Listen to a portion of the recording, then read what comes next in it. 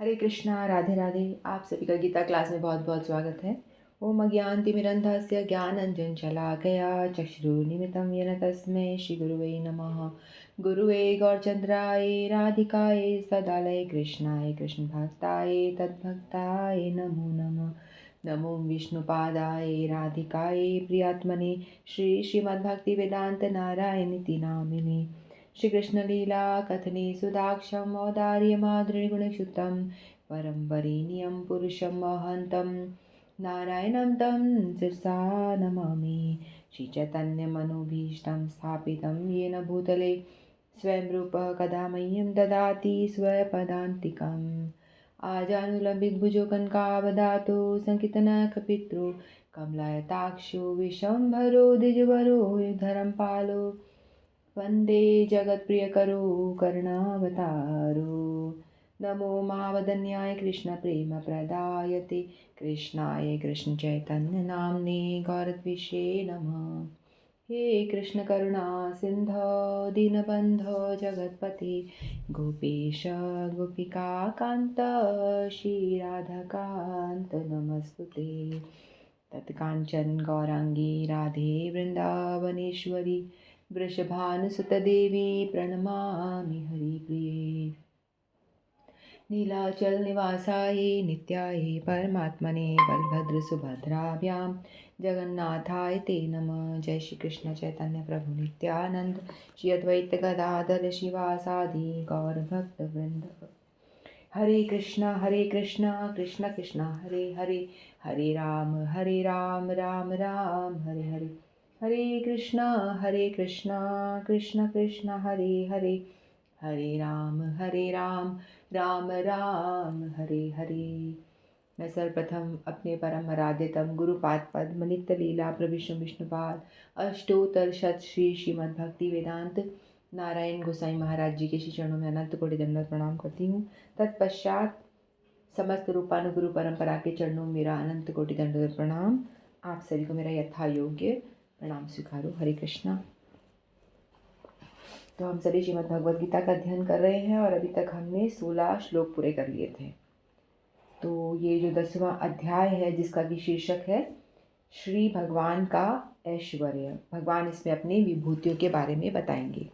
तो स्टार्टिंग के 7 श्लोकों में तो भगवान ने अपने बारे में बताया कि मैं ही सभी कारणों का कारण हूँ। इस तरह से अपनी महिमा के बारे में बखान कर रहे थे भगवान। फिर उसके बाद में चतुर्श्लोकी भगवद गीता हुई 8 से लेकर 11 तक। उसके बाद अर्जुन फिर 12 से लेकर के 18 तक, 12 से लेकर 18 श्लोकों में अर्जुन भगवान से बोल रहे हैं। तो पहले 12 से 15 श्लोकों में भगवान से अर्जुन अपनी स्तुति करते हैं उनकी। यदि किसी से हमें कुछ जानना हो, किसी से कुछ काम निकालना हो तो हम क्या करते हैं? पहले मस्का मारते हैं कि नहीं मारते? पहले मस्का मारा जाता है, उसके बाद उससे जो काम है वो बोला जाता है ना। या माँ से बच्चा कुछ लेना चाहता है तो पहले मस्का मारता है, उसके बाद में बोलता है कि मुझे ये दो। उसी तरह से अर्जुन भी भगवान को पहले स्तुति करते हैं, उनकी मतलब प्रशंसा करते हैं 4 श्लोकों में। उसके बाद में 16, 17, 18 3 श्लोकों में फिर निवेदन करते हैं। पहले तो कहते हैं कि तुम ही हो सब जो हो, ब्रह्मांड के मैं जान गया हूँ, ब्रह्मांड के विश्व ब्रह्मांड के मालिक आप ही हो जो मुझे तो लग रहा है तुम मेरे दोस्त हो और मेरे रथ के सारथी बने हुए हो। लेकिन मैं ये अच्छी तरह समझ गया हूँ, अभी तक आपने जो भी कुछ मुझे बताया इससे मुझे कंफर्म हो गया है, कंफर्मेशन हो चुकी है कि तुम मेरे रथ के ही सारथी नहीं हो, तुम मेरे जीवन रूपी रथ के ही सारथी हो। मेरे जीवन रूपी रथ के सारथी ही नहीं, मेरे ही नहीं बल्कि इस संसार में, इस विश्व ब्रह्मांड में, अनंत कोटि ब्रह्मांड में, एक ही ब्रह्मांड नहीं अनंत कोटि ब्रह्मांड में जितने भी जीव हैं, जितने भी जीव जंतु पशु पक्षी स्थावर जंगम जो भी कुछ हम देखते हैं, सभी के आप सारथी हो, सभी को चलाने वाले आप ही हो। तो इस तरह से भगवान को कहते हैं वो कि तुम ही हो। और फिर अब देखते हैं कि 17वें श्लोक में भगवान को अर्जुन जी क्या कह रहे हैं।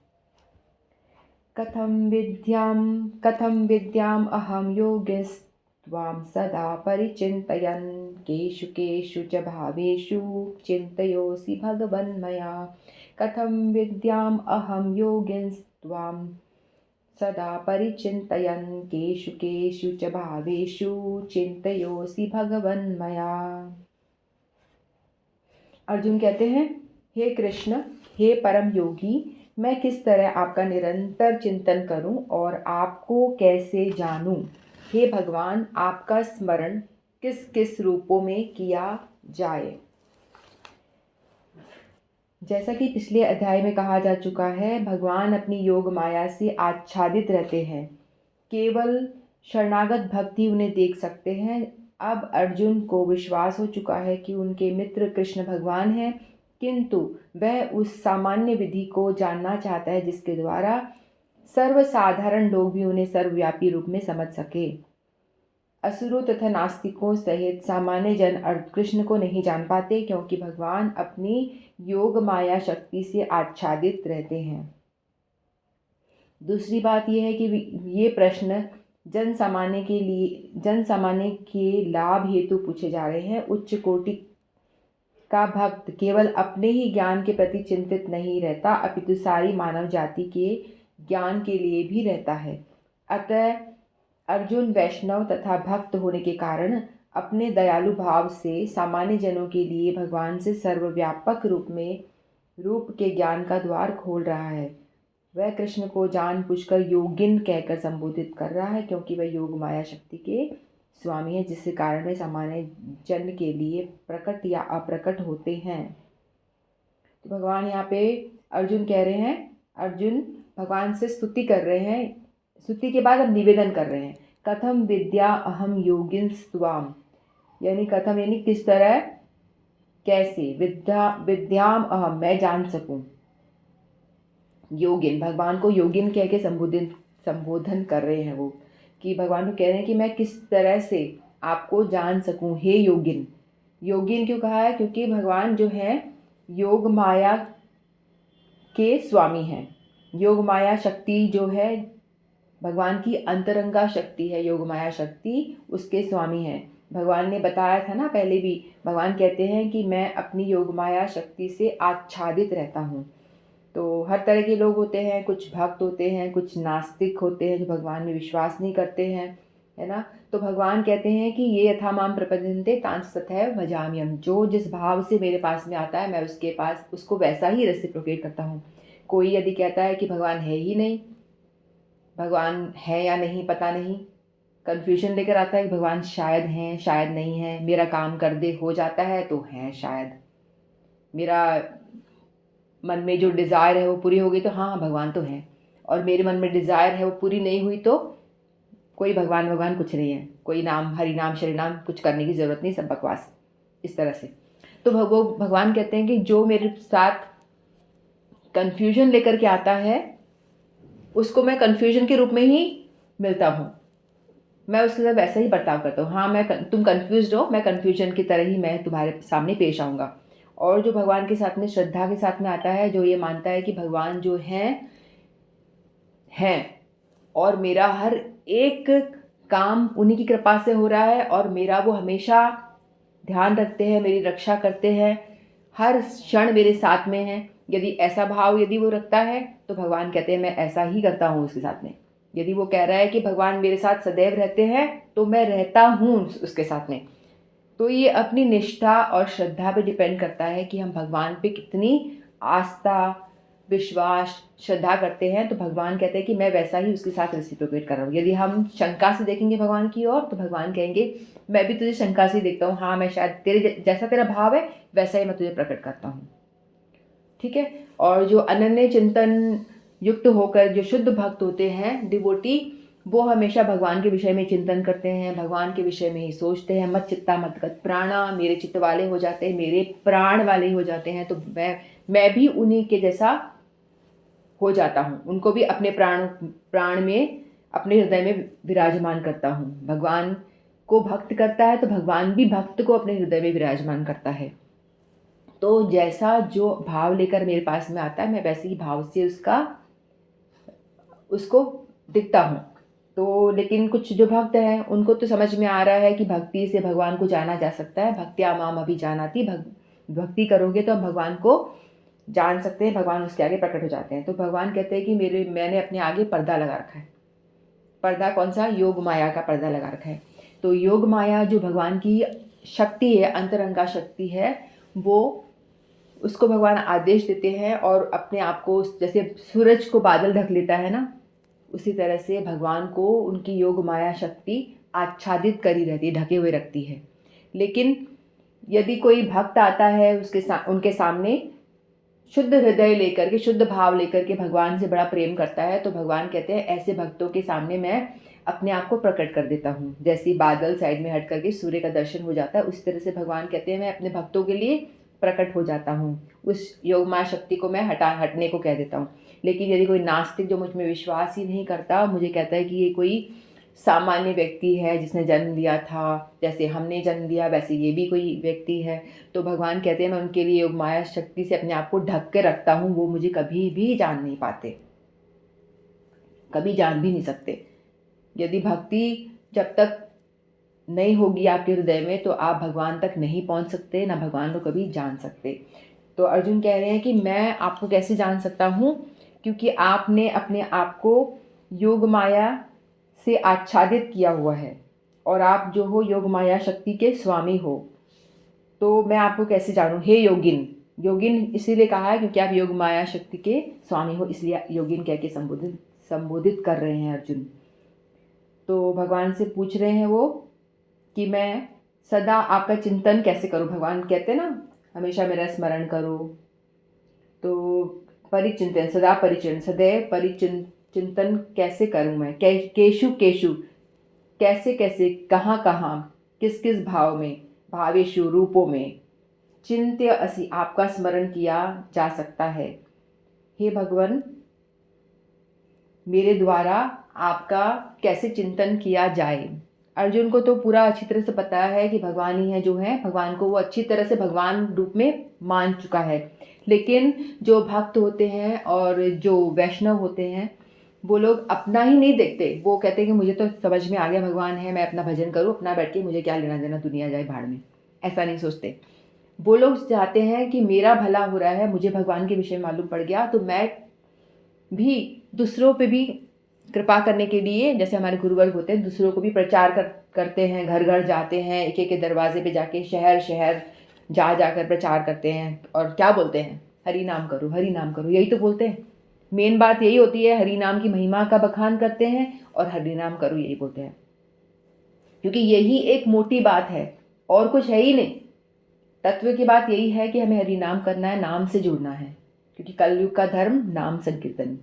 कलयुग में हम तपस्या, साधना और कुछ टांग ऊपर नीचे करके बैठ नहीं सकते, सांसों को रोक के नहीं बैठ सकते, कोई तपस्या नहीं कर सकते, कुछ भी नहीं कर सकते।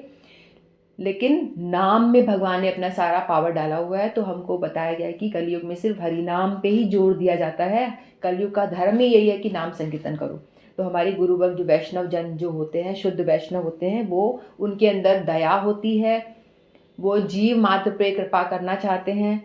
इसीलिए वो लोगों को बार बार कहते हैं कि, और उनके कल्याण के लिए उन्हें बार बार जाके उनके द्वारे बोलते हैं कि आप हरि नाम करो, नाम से जुड़ो। ठीक है।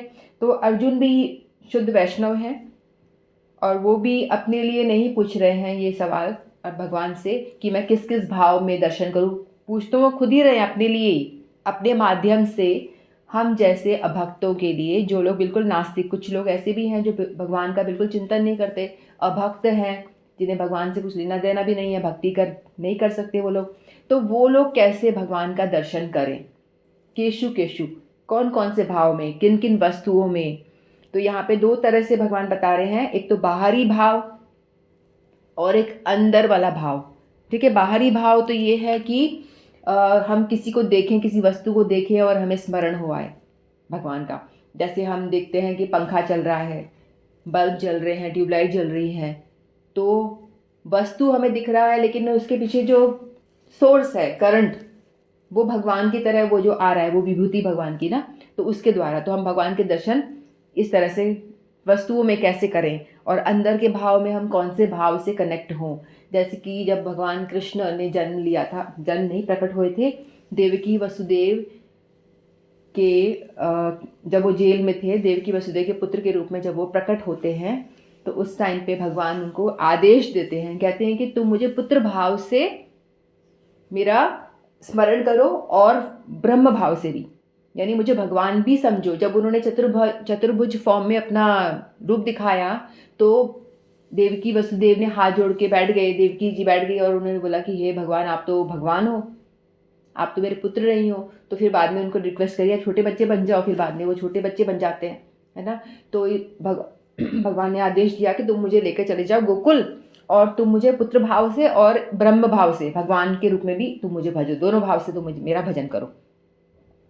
लेकिन वहीं हम देखते हैं, भागवत में आता है कि जब यशोदा माँ को जब मिट्टी खाई थी ना, ब्रह्मवर ने जो मिट्टी खाई थी भगवान ने, उस टाइम पे जब यशोदा माँ उनका मुंह खुलवाती है तो उनको पूरा ब्रह्मांड का दर्शन होता है ना। तो एक क्षण के लिए यशोदा माँ के मन में भी ये, मैया के मन में भी भाव आता है कि अरे ये क्या देख रही हूँ मैं, ये मेरा लाला भगवान तो नहीं, इसके अंदर मैं सब कुछ देख रही हूँ, सारे ब्रह्मांड लुढ़कते हुए देख रही हूँ, मैं अपने आप को भी देख रही हूँ, गोकुल को भी देख रही हूँ और इसको खुद को भी देख रही हूँ, ये है कौन, ये भगवान तो नहीं। तो भगवान ने बोला गड़बड़ हो जाएगी भाई, अगर ये मुझे भगवान मान के बैठ गई तो ये माँ वाला कोई रिलेशन ही नहीं रहेगा, ना वो मेरे कान मरोड़ेगी, ना मेरे को थप्पड़ लगाएगी, ना मेरे पीछे भागेगी, ना मेरे को दूध पिलाएगी, ना मक्खन खिलाएगी, ना मेरे साथ कोई लीला करेगी माता वाला। तो बोलते ये तो बहुत बड़ा गड़बड़ हो जाएगा। तो भगवान ने क्या करा, झट अपनी योगमाया शक्ति को बोला कि इनके ऊपर, मतलब वो आच्छादित हो गया और उन्होंने एकदम से उनको समझ में आ गया कि नहीं नहीं ये तो मेरा बेटा ही है, वो भाव को आने ही नहीं दिया भगवान वाले। तो अर्जुन कह रहे हैं कि तुम ही हो जो सबके अंदर भाव भी प्रकट करते हो, तो तुम ही मुझे बता दो, और तुम ढके हुए हो तो मैं तुम्हें जानने में असमर्थ हूँ, बड़े बड़े ऋषि मुनि ये लोग नहीं जान सकते तो मैं क्या जानूंगा, तो आप मुझे बता दो कि मैं आपका कौन से भाव में भजन करूं और कैसे कैसे आपका दर्शन करूं। जो भौतिकतावादी जो लोग संसार में लगे हुए हैं, जिनके स्मरण में हमेशा नौकरी, पैसा, तरक्की, बच्चे, परिवार, रिश्ते नाते यही सब रहता है, इसके अलावा कोई चिंतन नहीं है उनका, तो वो लोग भी कैसे आपको देखें, किस तरह से आपका उन वस्तुओं में ही आपका दर्शन कर लें और आपका स्मरण उन्हें भी हो आए। तो भगवान उन सभी लोगों पे, जीव पे, जो भगवान पे विश्वास नहीं करते, भगवान की भक्ति नहीं करते, भजन नहीं करते, बैठ के माला जप नहीं कर सकते, काम में है, काम करते करते किस तरह से भगवान का दर्शन करा जाए, तो ये क्वेश्चन अर्जुन पूछ रहे हैं। जिसके कारण वे सामान्य जन के लिए अप्रकट या प्रकट होते हैं योग माया शक्ति के द्वारा। सामान्य जन जिसे कृष्ण के प्रति कोई प्रेम नहीं है, कृष्ण के विषय में निरंतर नहीं सोच सकता, वह तो भौतिक चिंतन करता है। अर्जुन इस संसार के भौतिकतावादी लोगों की चिंतन प्रवृत्ति के विषय में विचार कर रहा है। केशु केशु व भावेशु शब्द भौतिक प्रकृति के लिए उपयुक्त है। भाव का अर्थ है भौतिक वस्तु। क्योंकि भौतिकतावादी लोग कृष्ण के आध्यात्मिक स्वरूप को नहीं समझ सकते, अतः उन्हें भौतिक वस्तुओं पर चित्त एकाग्र करने की तथा यह देखने का प्रयास करने की सलाह दी जाती है।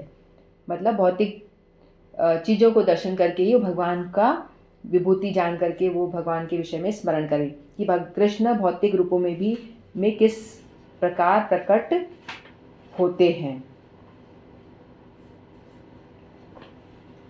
ठीक है, तो भगवान ने इस 10वें अध्याय में ही 7वां श्लोक बोला था, है ना। भगवान ने कहा था एताम विभूतिम योगम च मम यो वेति तत्वतः सो विकल्पेन योगेन युज्यते मात्र संशय है।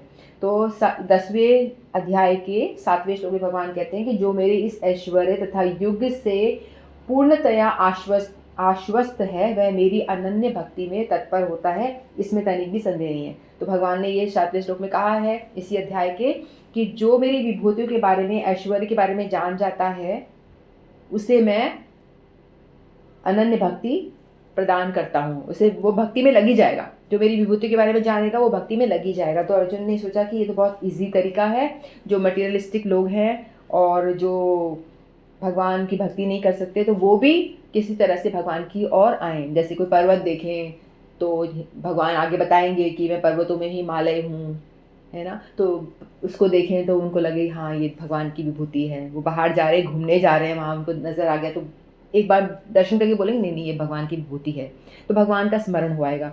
भगवान कहते हैं कि नदियों में मैं गंगा यमुना हूँ, जब वो गंगा यमुना का दर्शन करे तो उनको भगवान का स्मरण हुआ है। कि भाई ये भगवान की विभूति हैं। जब पानी पिए तो उनकी प्यास की तृप्ति हो, प्यास उनकी बुझे तो उनको भगवान कहते हैं कि वो जो तृप्ति है वो मैं हूँ, तो उनको समझ में आए कि हाँ ये भगवान है। जो भगवान की विभूति के बारे में मतलब पल पल अपने कार्य करते हुए भगवान का स्मरण बनाए रखेगा, तो इस तरह से वो क्या होगा, वो भगवान से कनेक्ट हो पाएगा। जो मटीरियलिस्टिक लोग हैं, जो भौतिक ज़िंदगी में धंसे हुए हैं, वो भी वस्तुओं को देख देख करके भी भगवान की विभूति के तौर पे उसे कनेक्ट करके वो भगवान से जुड़ सकेंगे। ठीक है, नेक्स्ट श्लोक, 18वां श्लोक।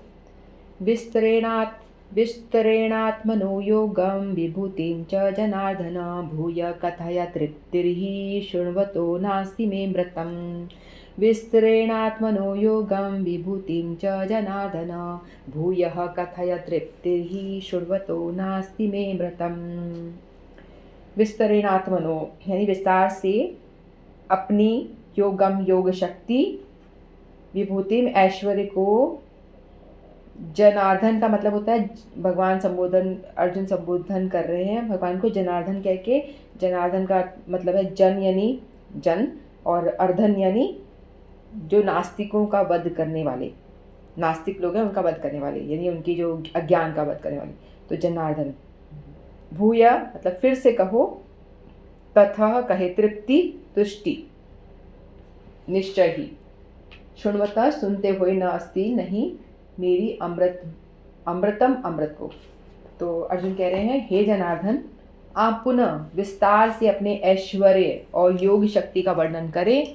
मैं आपके विषय में सुनकर कभी तृप्त नहीं होता, क्योंकि जितना भी आपके विषय में सुनता हूँ उतना ही आपके शब्द अमृत को चखना चाहता हूँ। तो इसी प्रकार का निवेदन नैमिषारण्य के शौनक आदि ऋषियों ने सूत गोस्वामी से किया था। वह निवेदन इस प्रकार है, उत्तम स्तुतियों द्वारा प्रशंसित कृष्ण की दिव्य लीलाओं का निरंतर श्रवण करते हुए कभी तृप्ति नहीं होती। वो कहते हैं नैमिषारण्य में शौनक आदि जो ऋषि थे ना, उन्होंने जब सूत गोस्वामी उनको सुना रहे थे कथा भागवत की, तो उन्होंने कहा कि आप ये लीला कथाओं का श्रवण निरंतर कराते रहें, क्योंकि हमारी तृप्ति हो ही नहीं रही है। किंतु जिन्होंने कृष्ण से अपना दिव्य संबंध स्थापित कर लिया है, वे पद पद पर भगवान की लीलाओं के वर्णन का आनंद लेते रहते हैं। अतः अर्जुन कृष्ण के विषय में और विशेष रूप से उनके सर्वव्यापी रूप के बारे में सुनना चाहता है। जहाँ तक अमृतम की बात है, कृष्ण संबंधी कोई भी आख्यान अमृत तुल्य है, और इस अमृत की अनुभूति व्यवहार से ही की जा सकती है। आधुनिक कहानियाँ, कथाएं तथा इतिहास कृष्ण की दिव्य लीलाओं से इसलिए भिन्न है क्योंकि संसारी कहानियों के सुनने से मन भर जाता है, किंतु कृष्ण के विषय में सुनने से कभी थकान नहीं होती। यही कारण है कि सारे विश्व का इतिहास भगवान के अवतारों की लीलाओं के स्तंभों में पटा हुआ है। हमारे पुराण विगत युगों के इतिहास, जिसमें कृष्ण के विविध अवतारों की लीलाओं का वर्णन है, इस प्रकार बारंबार पढ़ने पर भी विषय वस्तु नवीन बनी रहती है। तो यहाँ भगवान को अर्जुन कह रहे हैं कि आप मुझे विस्तरेणात्मनो, कि आप मुझे अपनी कथा, अपनी योग शक्ति की कथाएं, कहाँ किस किस चीज़ों को देख के आपका योग हो सकता है, विभूतियों के बारे में आप हमें विस्तार से बताओ।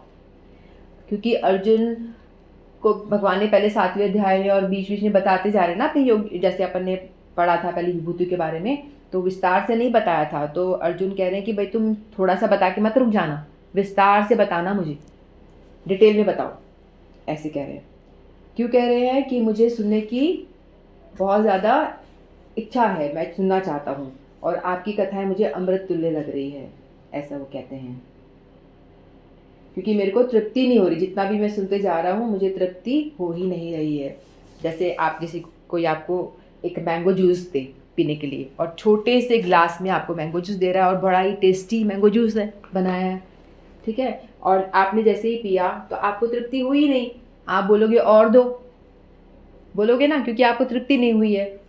और नहीं है तो फिर आपको लगेगा अरे भाई और क्यों नहीं है, और पीना है मुझे, है ना। उसी तरह से जो कृष्ण की जो कथाएं हैं, इनको कितना भी सुनो अर्जुन कह रहे हैं कि अब आप सुनाए जा रहे हो, लेकिन मेरे को जितना आप सुना रहे हो मेरी जिज्ञासा और मेरी उत्कंठा और बढ़ती जा रही है और मुझे और सुनना है और सुनना ऐसे लगते जा रहा है। मुझे मेरा जो है तृप्ति मुझे हो नहीं रही है और सुनने की इच्छा प्रकट होती चली जा रही है। तो भगवान को अर्जुन कहते हैं कि हम जैसे कि हम भोजन कर रहे हैं ना, अब हम मंदिर में गए, हमने वहाँ प्रसाद पाना शुरू करा, ठीक है, वहाँ पे रसगुल्ला मिठाई रसगुल्ला बट रहा है, तो हमने एक खाया, ठीक है, तो हमने एक खाया तो बाद में हमको लगा एक और खाना है, तो हमने बोला कि हमें प्रभु जी एक और रसगुल्ला दे दीजिए। तो वो कहेंगे नहीं, इतना है नहीं, सबके लिए एक ही आएगा, बहुत सारे लोग आएंगे प्रसाद पाने के लिए, तो हमको आपको एक ही मिलेगा, तो एक ही मिलने वाला है, ठीक है। तो लिमिटेशंस होती हैं कि भोजन कम है, ज़्यादा है नहीं क्वांटिटी में, तो हम ज़्यादा दे नहीं सकते। और यदि मान लो ज़्यादा है भी, है ना, मान लो पूरी बाल्टी भर के आपको दे दिया जाए कि जितना खाना है खा लो, आप बहुत सारा है खाओ आप, तो भी लिमिटेशन है। एक तो वस्तु की खुद की लिमिटेशन है कि वस्तु कम है, और दूसरा वस्तु है लेकिन आपके पास में उसको ग्रहण करने की लिमिटेशन है।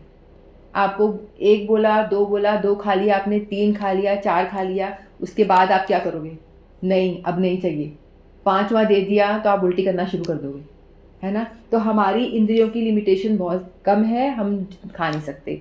या तो हमारे पास में क्या होता है, तो हमारे पास में चीज़ें जो हैं वो लिमिटेड होती हैं, हमें और चाहिए तो हमें मिलती नहीं है, या तो मिलती हैं तो उसको ग्रहण करने की, उसको हमें लेने की लिमिटेशन भी हमारी इंद्रियों की कम होती है, ठीक है। तो लेकिन जो संसारिक कथाएं होती हैं, जैसे कि स्टोरी, कोई मूवी देख लिया आपने, पिक्चर एक बार देखी, दो बार देखी, तीसरी बार बोलोगे तो अरे नहीं भाई कितनी बार देखेंगे, देख ली हमने, तो ऐसा होता है ना। कोई एक फिल्मी सॉन्ग है, आपने एक बार सुना, दो बार सुना, बार बार सुनोगे तो आपका मन नहीं करेगा, कितनी बार सुनेंगे, सुन लिया।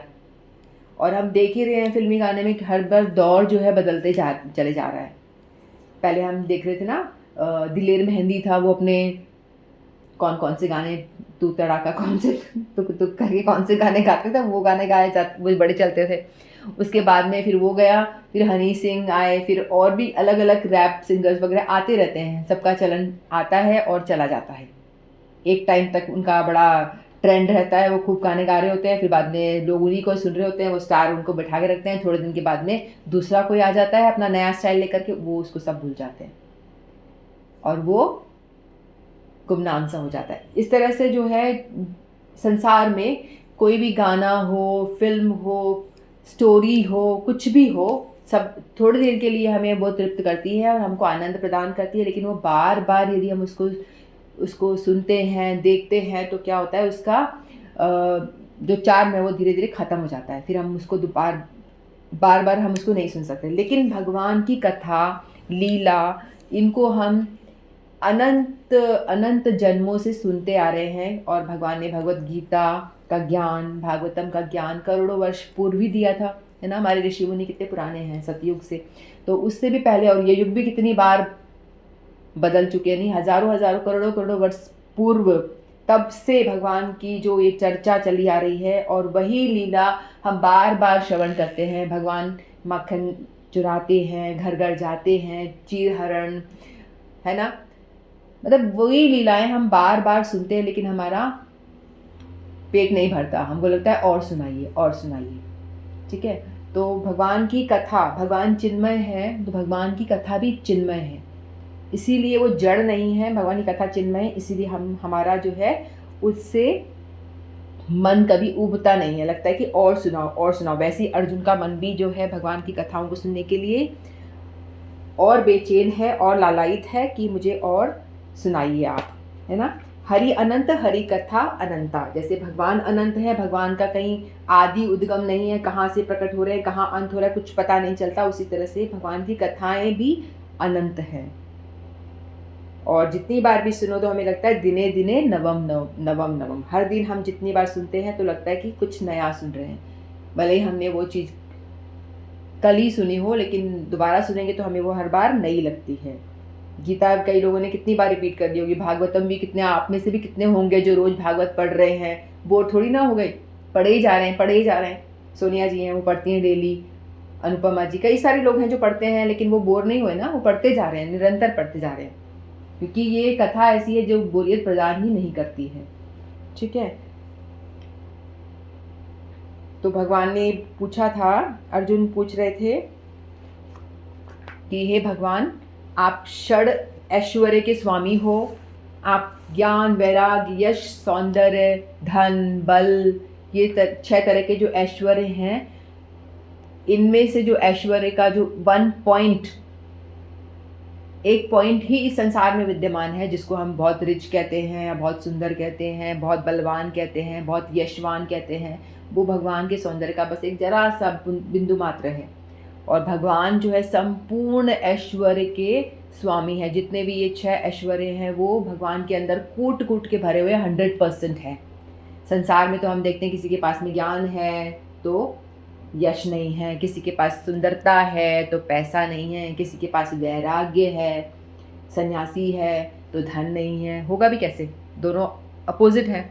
लेकिन भगवान के पास में सब कुछ इकट्ठे एक साथ है। तो अर्जुन उनकी महिमा स्तुति करते हुए कहते हैं कि ये आप तो षडैश्वर्य के स्वामी हैं, आप कृपा कर मुझ पर दया करके मुझे आप अपनी विभूतियों के बारे में और बताएं, अपनी कथाओं को और सुनाएं, क्योंकि मेरी तृप्ति हो ही नहीं रही है। मैं जितना सुनते जा रहा हूँ उतना ही मुझे लग रहा है कि मैं और सुनूं और सुनूं। तो ऐसा भगवान से अर्जुन जो है बार बार स्तुति कर रहे हैं। तो जब एक बार परीक्षित जी को कथा सुना रहे थे ना, जब कथा भागवत जी कथा चल रही थी सुखदेव गोस्वामी, तो उस टाइम पे देवता लोग ऊपर से आ गए थे।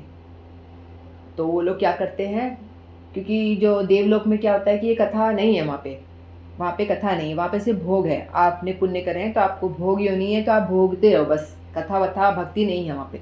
तो वो लोग सब अमृत कलश लेकर के नीचे आते हैं और सुखदेव गोस्वामी जी कहते हैं कि आप ये अमृत कलश आप इनको पिला दीजिए, ये भी अमर हो जाएंगे, और इसके बदले आप हमें कथा दे दीजिए, कथा हमको दे दीजिए।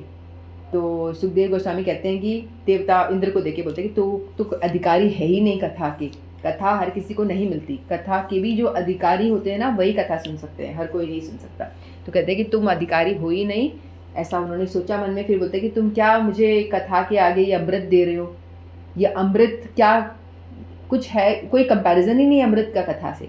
यहाँ पे अर्जुन अमृत तुल्य कह रहे हैं ना कथा को, अमृत के बराबर, क्योंकि इस संसार में अमृत ही सबसे ज़्यादा बढ़िया चीज़ माना जाता है कि अमृत जिसने पी लिया वो अमर हो गया और उसको हेल्थ अच्छी मिल जाएगी, एकदम पुष्ट हुष्ट शरीर मिल जाएगा, है ना।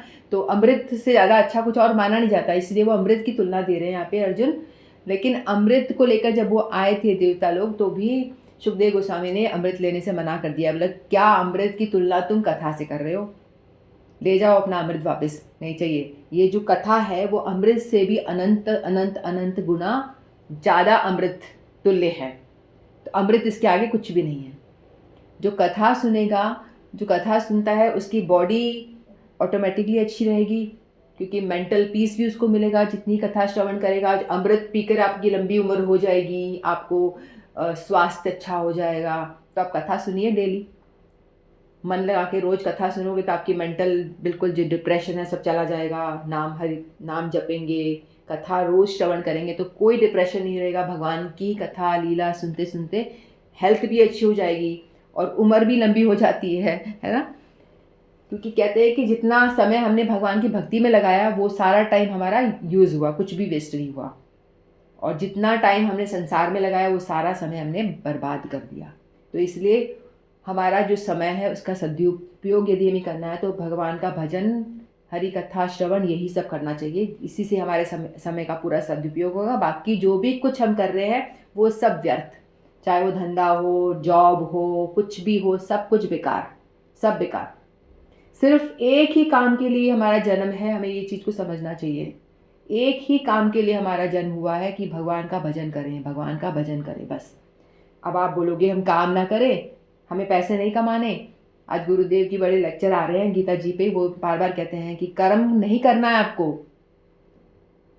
वो लेक्चर में कहते हैं कि कर्म नहीं करना है, कर्म योग करना है।